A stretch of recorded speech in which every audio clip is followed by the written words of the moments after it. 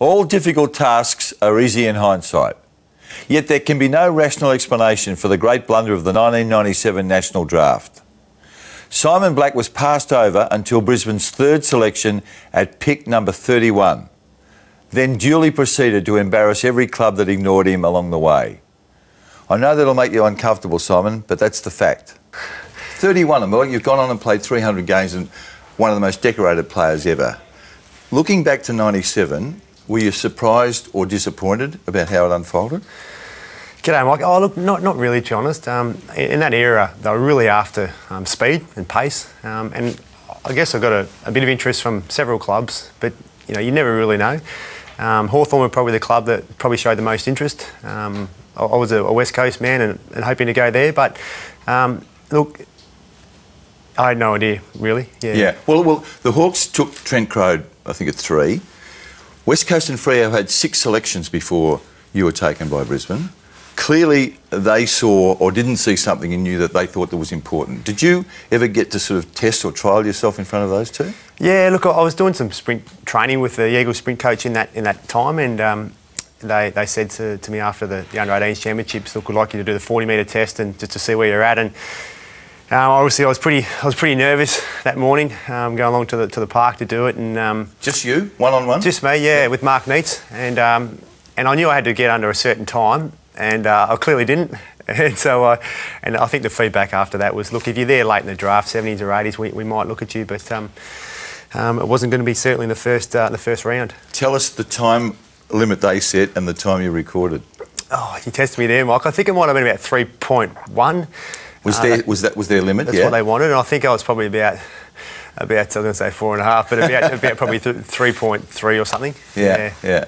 Well, look, it's been a magnificent career, mate, and I've been trying to get you on this chair for 3 or 4 years. But do you know that you're the only player in history that's played 300 games, won a premiership medal, and there are 3 of those, won a Brownlow and won a Norm Smith? I mean, it's a staggering list of achievement. Look, yeah, it's very humbling. It's not lost on me that I was very fortunate to play in a wonderful team for a number of years. So, some of those individual honours are only come about from playing in a great team. My body was very good to me, no question, to play for as long as I did. And the combination of those two, I guess I was very fortunate to have a fortunate career. You lost your father last year. I know firsthand how close you were to your father, Ray. That must have knocked you a lot. Yeah, it has. Yep, it has. Dad was a great friend and a wonderful father. I guess taught me to kick a footy, and he gave me a lot of time. As a kid, he had a business himself, and he was a very, very busy man. But the great thing to Ben and I that he gave us was his time and self-belief, and and essentially gave us our self-esteem and self-belief in ourselves. So they say that's what a father does, and you don't get to choose your father, you don't get to choose your parents. I've got a wonderful mother too, but I was very, very fortunate to be given the parents that I've got. I saw that bond with your father. I mean, you were genuinely mates, weren't you? A lot of people use that as a cliche about the father and son, but you clearly were best mates. Yeah, we were, and I think it was, he's my athletics coach as a young 10 to 14-year-old, and taught me to kick on my right foot, and just again the time and the hours he spent with me to give him to help me fulfil my dreams, really, and give me that belief that you can go and play for footy, you can do whatever you want to do, was largely from my dad, and that self-esteem was a large part of from my father. How painful was it to watch him die? He had prostate cancer, and there were secondaries developed from there. How painful was that for you to see? I mean, sometimes they're just gone. Your parents are gone, or your friends or your partners can go in a moment. But with you, it was a long process, wasn't it? Yeah, it was, Mike. Yeah, Dad had prostate cancer, and it's 12 months next week from when he passed away. And look, yeah, he went to his spine initially in late 2014, and then went to his lungs about December 2014, and it happened pretty quick from there. It's terrible. It's just that the build-up of fluid on Dad's lungs, and the suffering he went through was ordinary to see. I'll change tack, make it a bit easy for you. Back to that draft. I remember your first appearance at AFL level was in an Ansett Cup game in Cape Town, correct? It was. Yeah. 1998 or 9? 98. Yeah. 2 Brisbane draftees that I remember playing that day. There was Luke Power, who was taken at, I think, number 5 in your draft, and yourself went on to play 620 games between you and become great mates. You remember back to Cape Town and what your thoughts were at that time? Yeah, I do. I remember it like it was yesterday. We couldn't believe our first game for the Lions was going to be in South Africa in Cape Town and against the Fremantle Dockers, and just a great way to introduction to AFL footy, and it was the start of a great friendship for Luke Power and I. Blake McDonald also was in that draft as well, and Luke's my best mate in footy, but I guess Luke's one of those guys, makes you a better guy to be around. Well, you should remember this. I remember because I'm a friend of the Power family, I remember having a long chat to Luke over there, and he was chronically homesick at the time. It was just early, and that was predictable enough, but talking to him about sticking it out, stuff like that. Did you have similar misgivings at that time about where you were and what the rest of your life held for you? Yeah, I certainly did. I was a little bit homesick like Luke, and I guess we probably helped each other a little bit now with that, and it's one of those things where once I started playing regular senior footy, which is my second year at the Lions, you start to feel really entrenched in the club and in the team, and that's a real... I didn't want to essentially go anywhere, and then I guess 2 years after that we played our first premiership, our first grand final, and once that happened I didn't want to go anywhere. I bet you didn't. Yeah. When you were talking about your father, you talked about aths and being a runner. Back to that thing where people had this reservation about your pace, but is it not true that weren't you a middle distance state champion runner in Perth? Yeah, I was from a young boy, 10 to sort of 14. I did the 8 and 15s cross country at school and things, and represented WA a few times. And I love my athletics. I really felt it helped a lot with my footy. You know, I think you ask the average footballer, when do they get their most nerves? It's before the 3K time trial, before the whatever test it is. So when you're on that start line, it's just you. You got to deal with that yourself. And certainly, because I had a lot of nerves in my playing career, even from my first to my 300th game, I really struggled with nerves and the anxiety. And I guess I functioned on the fear of failure a fair bit. Yep. So that character building, I guess, from athletics, certainly stood me in good stead for my footy days. The nerves, I mean, did that manifest itself as vomiting or just your tension, and did you become introverted before a game? Yeah, I was never a vomiter like some guys are, but I just a lot of anxiety, a lot of nerves derive from that fear of failure, and I guess when you operate in that way a lot, you probably don't enjoy certainly the build up as much as probably some guys that are easy going. And are you talking about home and away games here, or just big ones? Absolutely, home and away games. Yeah. Look, I mean, I guess I love looking back, and what I'm missing my footy now is the rivalries and the players, the great players, the great contest that I had with the Cameron Lings, Brett Kirks, Kane Corns. So those three would be my toughest opponents, and the real challenge of that and of those guys. I knew I was playing Geelong. I knew I've got Lingy, and that was over a decade, and I love that. And I guess the respect and he got me last time. How do I get him this time? Is something I miss about the game, and I miss about putting yourself on the line now that I've retired. You were very nice about Lingy. What about Kane Corns? You whacked him in the 2004 grand final, didn't you? Yeah, I did. I think I got pretty frustrated that day. Got rubbed out. Yeah, he got me that day. He certainly did. I mean, Corns and I had a great rivalry over a long period of time, and I knew he'd be coming for me. And they before the bounce even they came after us. They attacked us, and that's, I guess, Choco fired them up to do that, and they did it well. They put us on the back foot, and Kane was. He was in my pocket. He wasn't my shadow. He was in my pocket all day. And when you've had to contend with those close checking players for almost your entire career, do they play by the rules?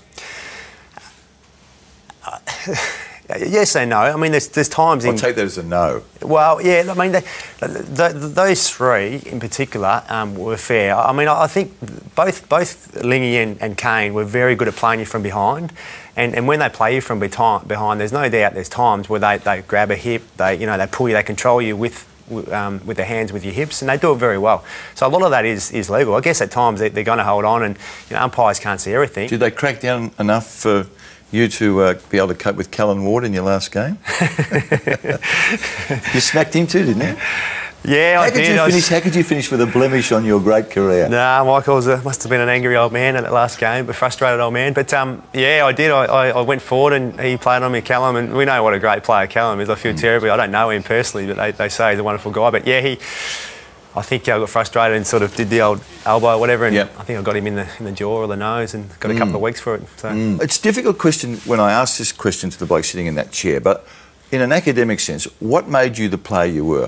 We know that you were brave, clean with your hands, resilient, but there was the pace query, and you had the left foot too, which was a major asset. But you've been an elite player. Why do you think so? I think I read the game quite well and getting into the position. I think probably my best strength was my reaction time. Yep. I sort of knew around stoppages and around the congested area that I had to keep moving. I couldn't let a player, opposition player, particularly the run with tight checking players, sweat on my back. So I had to change angles and keep moving. And the importance of that just to get separation. And when not being a quick player, I knew when I got the ball, I had to make quick decisions and be conscious of who was around me. I think, yeah, that ability, and not being a big guy, not being overly strong, not overly quick, I had to react quickly and see things. Let me take you back to your first game at the Waffle. You're playing for East Fremantle. You're playing on a bloke called Brady Anderson, correct? Who played with North Melbourne. That's right, yeah. What did he say to you? He just said something to you at the first bounce, didn't he? Yeah, he did. I ran onto the wing and he was standing there and he goes, hope you got your running shoes on today, pal. And I guess for me it's just a little thing. And he was a runner, wasn't he? Yeah, he was a good runner. Yeah. He was, yeah. And that was my first, I was probably 73 kilos playing on the wing, when he was, I think he got drafted to North that year. But just the confrontational element of footy. And it was, he sort of got stuck into us physically a little bit too. And it was a good eye-opener of what was involved. And did that compute with you, that the running shoes were relevant? You had to just sort of be constantly in motion? Oh, no question, yeah, no question. And over the 16 years I played, the requirements of running certainly increased. The pace of the game, the repeat efforts and so forth. Obviously the interchange really picked up, so the speed of the game's increased. So the running aspect of the game, it's a running game. So you've got to be able to cover the ground for sure. How do you consider yourself lucky, or just a fact of life, that you ended up in Brisbane and became part of one of the great eras of Australian football? I mean, the 3 premierships and the 4 grand finals in a row. Yeah, look, I was blessed, no question. Look, I mean, I went to Brisbane and I honestly didn't think I'd have a long AFL career. I sort of saw AFL players as these sort of superhuman, people. And when I got drafted, I just, really committed to myself, and I was just going to really work hard and get the best from myself. Whether it was 2 years, sent back to WA and played for East Fremantle, I probably would have taken that with a handful of games. So I quickly realised that, they're not freaks. They're a bit of talent and they work hard. So the second year, I remember having a game against North Melbourne at the MCG in '99, and it was kind of a bit of a breakout game, and that's when I really felt like I could play AFL footy and probably play for a reasonable amount of time. And obviously, yeah, your question about that great era, we'd finished dead last in '98, yep. and Lee took over, and I guess Lee had a great ability to maximise the potential, or the ability of the playing group and galvanise the group. Lee's famous old saying of knowing your role, accepting your role and obviously performing your role. It kept it simple, and that was Lee's great strength. And having Lee Matthews in our corner and knowing he was up in the coach's box and he was on your side with his history in the game gave our group enormous confidence. But yeah, I was very, very fortunate to play on that great side. 22, you're a premiership player. You're best and fairest winner and you're all-Australian. I mean, that's amazing progress, isn't it? For a kid that sort of 3 years earlier was wondering if he's got a career. Yeah, it was, I guess, yeah, it was. And, my belief in, certainly picked up from year to year, and I guess that was my 4th year, and started to feel at home out in the paddock. And that 2001 season was a year, I guess, for the whole group that we just got enormous confidence as the year progressed. We didn't start particularly well, but we went on from about round 8 or 9, and I think we won 16 straight or whatever it was, including the finals. It was a pretty special time. Vossi was a hero of yours before you got to Brisbane, wasn't he? He was. He certainly was. Vossi's my hero even when I played with him, Mike. Yeah, I mean, what a... When you were alongside him? Yeah, he was... might have changed in my mid-20s when I grew up a little bit, but look, what a wonderful guy to play footy. Ruthless competitor, an absolute bull and just made you walk taller playing alongside him. I think Lee probably described it best when Vossi retired. Lee called him potentially the best MVP of all time when you take in his playing ability and his leadership, and those two together were marvellous. Did you play with a better player than Vossi? I don't think so. I mean, Jonathan Brownie is different. Big centre forward, Vossi midfielder. Vossi would go forward and have a massive impact as well. But yeah, look, very close, very, very close. What about the others, the opponents that you had? You've had a lot of good ones going through the midfield in your time in football. Anyone rival Vossi? I mean, Hurdy and Vossi won a Brownlow together and were often compared for their impact on their footy teams. Yeah, they were. I mean, Chris Judd and Gary Ablett. Yep. I mean, Gary Ablett, what he's been able to do, go up on the Gold Coast and I guess take his game to another level in some respects, without probably the players around him, has been quite amazing. So, I mean, he's probably the best I've seen, I would have thought. Best you've seen, Vossi included. Come on. I'd say they're on par. There you go. You mentioned Juddy there. When you were playing against West Coast and later Carlton, and Juddy was in your vicinity and maybe your opposite number, how scary was it knowing how quick he was and how you played? Yeah, that's right. I mean, his power to get the ball inside and burst into space and burst through 2-3 tackles, I haven't seen anyone like it. And his composure when he got into space. A lot of guys can run and carry the ball, but their composure to finish, Juddy was second to none for mine.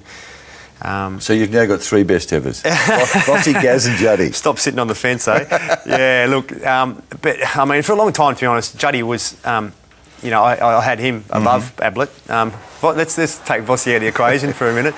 But what Juddy was able to do, particularly, I guess, under the age of 28, was unbelievable. I remember that game, the famous game we talk about up in the Gabba. We kicked 5 in the first half, and just he was only a young guy then. But even Lee was impressed. He was, yeah, he was. Yeah. He told us pre-game. He said, "Don't underestimate Chris Judd. Really, this kid can seriously play." When we come back, Simon, let's revisit the day you were assaulted in front of 80,000 people at the MCG. I want to take you back to 1999. And you're 20 years of age, and Brisbane are playing North Melbourne in the preliminary final at the MCG. You last, 15 minutes or something, did you, that day? Yeah. Did you have a broken eye socket? Yeah, I did. Mickey Martin actually... Now, I like Mick, but this is my honest view, and I'm going to say, Mickey Martin assaulted you that day, punched you in the face with you on the ground, correct? Yeah, he did. Yeah.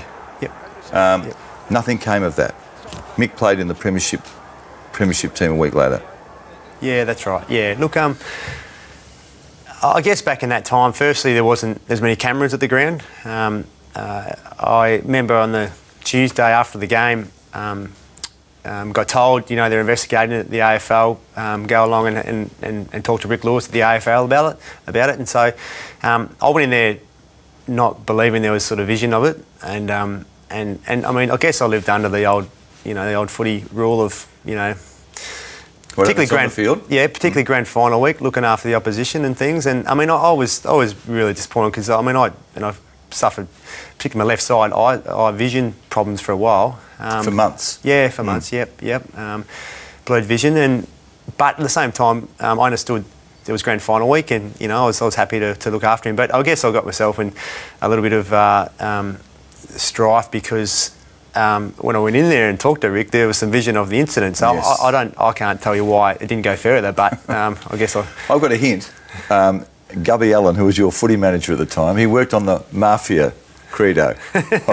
What happens on the field? Don't squeal. It'll take care of itself. It gets us the credit in the bank, and if need be, we'll square up later. Because it was derelict of the AFL not to take that on. There's no question about that. Yeah, look, and your father was very angry, wasn't he? Yeah, he was. Yeah, well, he was, certainly was. Bits because of the issues I had with my eye for a while. But I mean, like you said, I can't tell you why the AFL didn't go further. I guess when I saw the incident once I was at the investigating office, I was surprised that it didn't go further. You were surprised, were you? You had a busted eye socket. I'll tell you a little aside from that. I was on Talking Footy at the time, and it came to pass, as you said, there was some vision that no one thought existed, and we had it on Talking Footy, and the guest that night was Dennis Pagan. And Dennis Pagan said, if you show that footage, I'm not coming on. So Tim Lane and I did what all good journos should do and said, well, we're showing it. You make that choice. So as soon as the interview was finished and we'd shown the vision, Dennis ripped the mouthpiece off and threw it away and walked out of the studio. Have you ever spoken to Mick about that? Mickey Martin? I saw Mick about 10 years later at a grand final function, and he said thanks. Yeah, Dennis Pagan rang me that week after it and thanked me. He's very thankful. But yeah, I saw Mick a little while later, and he apologised. Did you now, in retrospect, do the right thing and keep your counsel or not? Or should you have said, no, he whacked me? I appreciate how hard it is to get to a grand final, and so I'm happy Mick played in the grand final.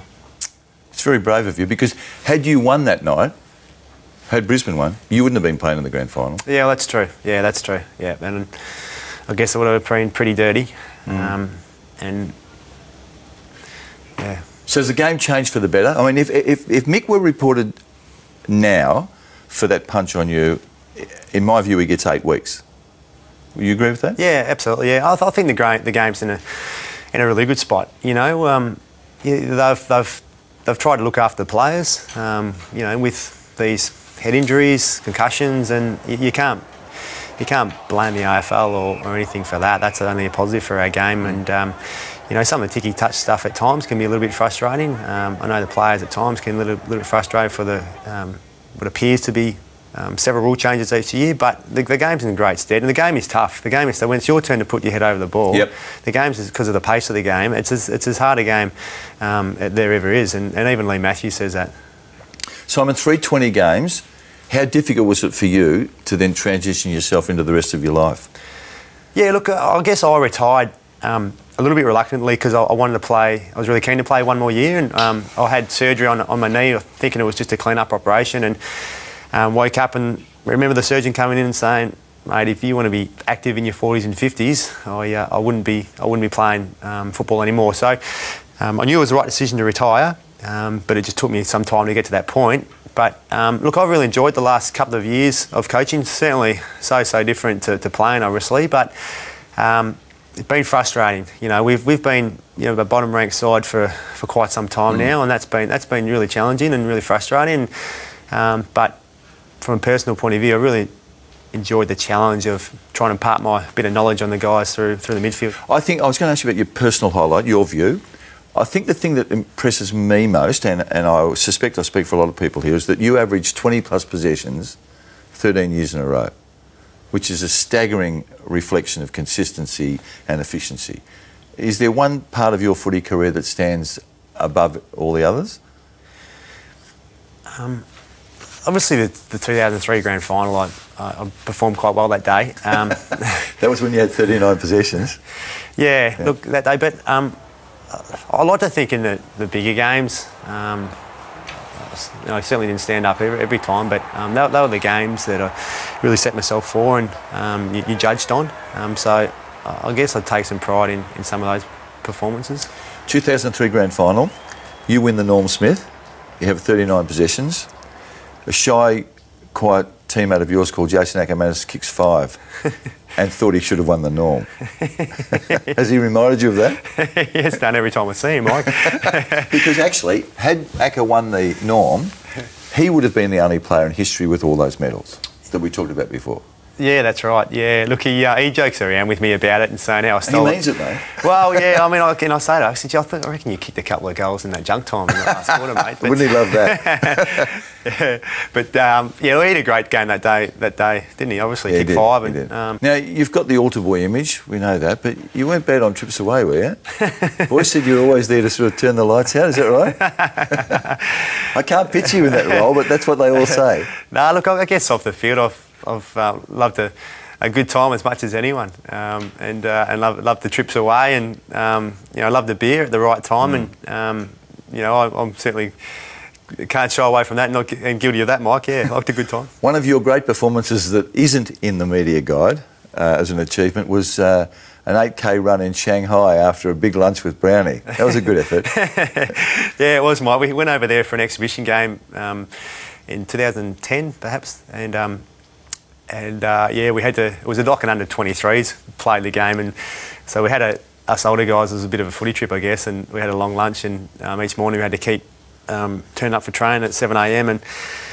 and wasn't home too much earlier than the start time for training. It was a bit dusty running around that highly polluted square in Shanghai. Now, great players have a lot of talent, Simon. We know that, but great players also work hard. And your blokes, the blokes that played with you, just talk in awe of the way you used to prepare.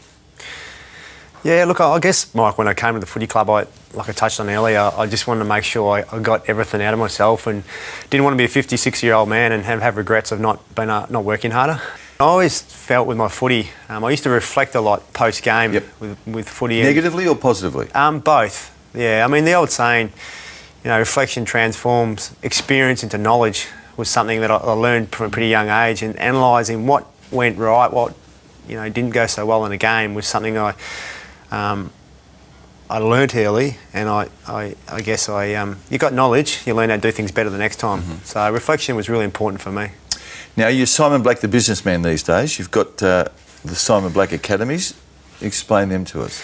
Yeah, Mike, we've set up a 12-month education and football academy for kids that love their football, but obviously an element of education. So the formal education. The formal education. So, yeah, like I said, we target the school leavers, and it's a 12-month diploma course of business and a certificate 3 and 4 in fitness, but we have obviously a footy element for every day as well, so that the kids get, the students get coached by ex-AFL players. Are you included? Yeah, look, I'll get around there and participate with the guys.